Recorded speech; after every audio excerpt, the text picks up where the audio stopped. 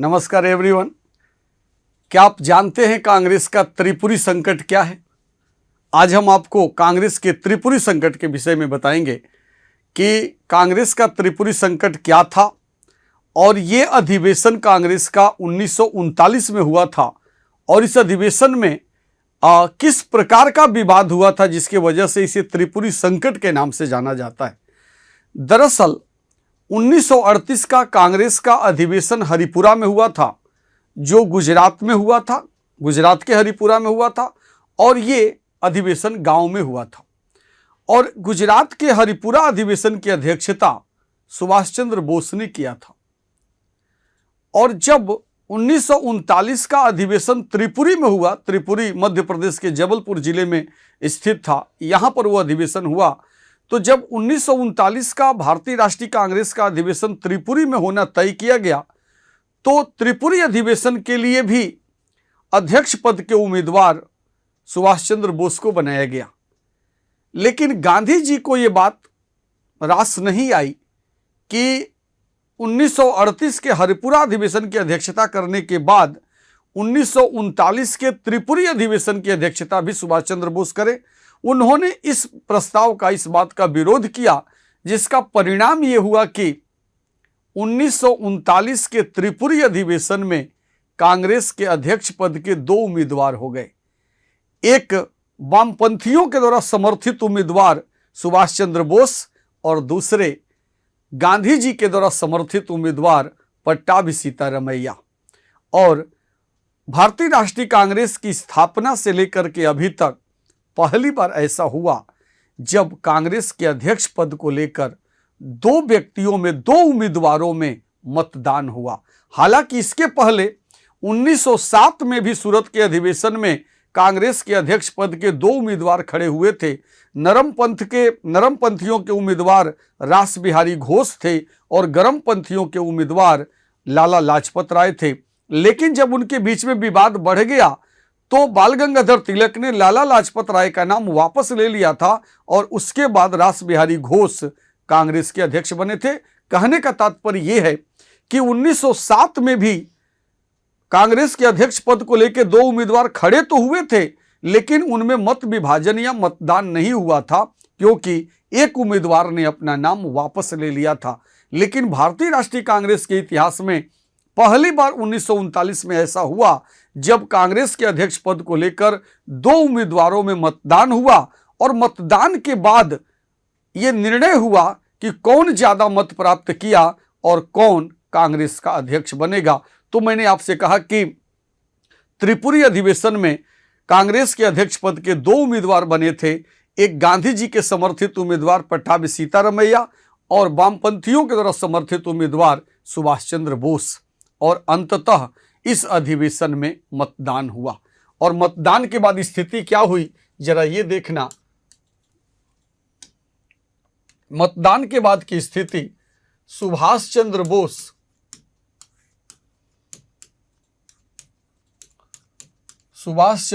को 1580 वोट मिले। 1580 वोट मिले, जबकि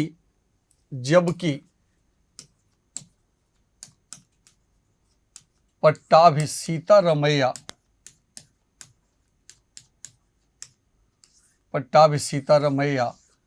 को 1377 वोट मिले। 1377 वोट मिले। अब आप समझ सकते हैं कि इस चुनाव में विजय किसको मिली, इस चुनाव में विजयी कौन हुआ। तो कांग्रेस के 1939 के त्रिपुरी अधिवेशन में सुभाष चंद्र बोस ने पट्टाभी सीतारमैया को 1377 के मुकाबले 1580 वोटों से पराजित कर दिया। और इस तरह से इस घटना के बाद जब त्रिपुरी अधिवेशन के अध्यक्ष सुभाष चंद्र बोस को चुना गया तो इस बात से गांधी जी बहुत आहत हुए और उन्होंने अपनी भावना को प्रकट भी कर दिया। और उन्होंने क्या कहा, उन्होंने स्पष्ट रूप से ये बात कही कि पट्टाभी सीतारमैया की हार मेरी हार है। अर्थात गांधी जी ने जिस उम्मीदवार को अपने तरफ से खड़ा किया था, जब वो उम्मीदवार चुनाव हार गया तो गांधी जी ने उस हार को अपनी हार बताया और कहा कि पट्टाभी सीतारमैया की हार मेरी हार है।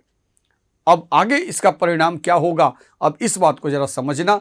सुभाष चंद्र बोस कांग्रेस के अध्यक्ष तो बन गए, लेकिन जब गांधी जी इतने ज्यादा नाराज हो गए इस बात को लेकर के, तब कांग्रेस कार्यकारिणी ने सुभाष चंद्र बोस का असहयोग करना शुरू किया। और जब सुभाष चंद्र बोस का असहयोग करना शुरू किया गया, तब सुभाष चंद्र बोस ने 1939 में ही अध्यक्ष बनने के कुछ ही महीनों के अंदर उन्होंने अपने पद से त्यागपत्र दे दिया।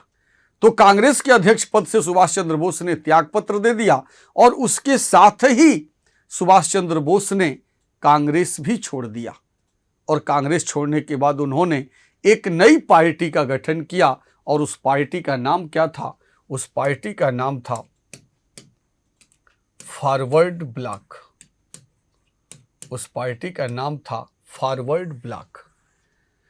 तो 1939 ईस्वी में ही सुभाष चंद्र बोस ने फॉरवर्ड ब्लॉक नामक संस्था की स्थापना की, जो वामपंथी विचारधारा से जुड़ी हुई संस्था थी। तो इस तरह से आपने देखा कि 1939 के त्रिपुरी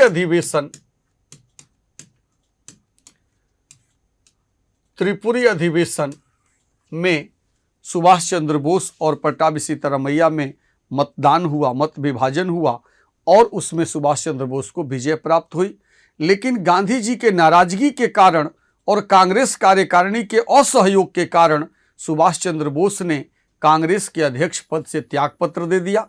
अब यहां पर एक और प्रश्न बनता है कि जब सुभाष चंद्र बोस ने कांग्रेस के अध्यक्ष पद से त्यागपत्र दे दिया, तो उसके बाद कांग्रेस का अध्यक्ष कौन बना?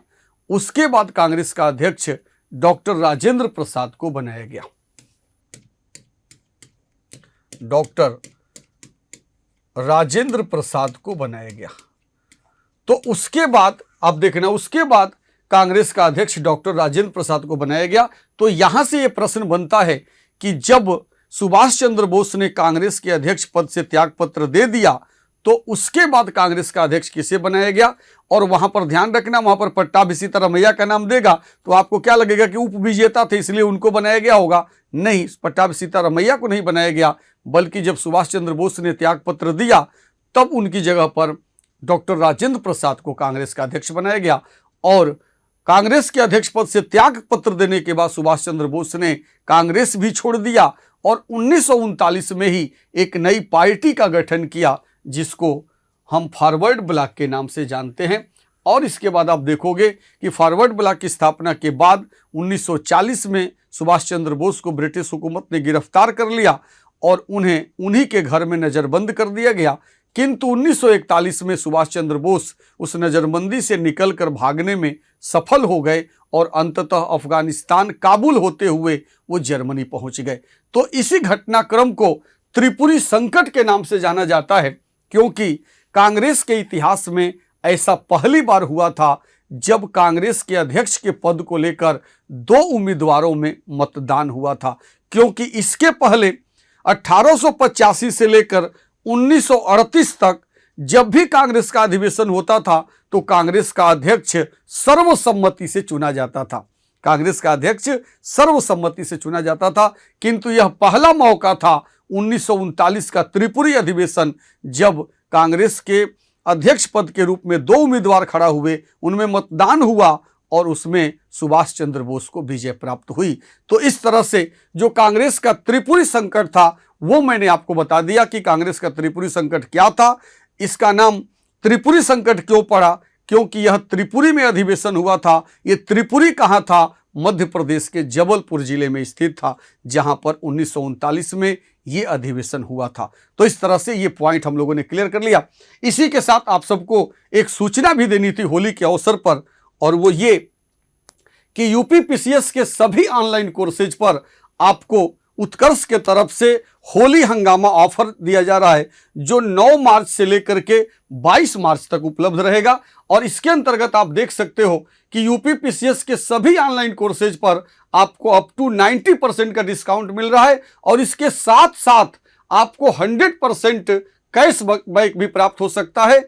इतना ही नहीं, यदि जो उत्कर्ष के पेड स्टूडेंट हैं उनको 10% एक्स्ट्रा डिस्काउंट भी मिलेगा। यदि वो छात्र coupon code, Holi coupon code को अप्लाई करते हैं तो उनको 10% अतिरिक्त डिस्काउंट भी प्राप्त होगा।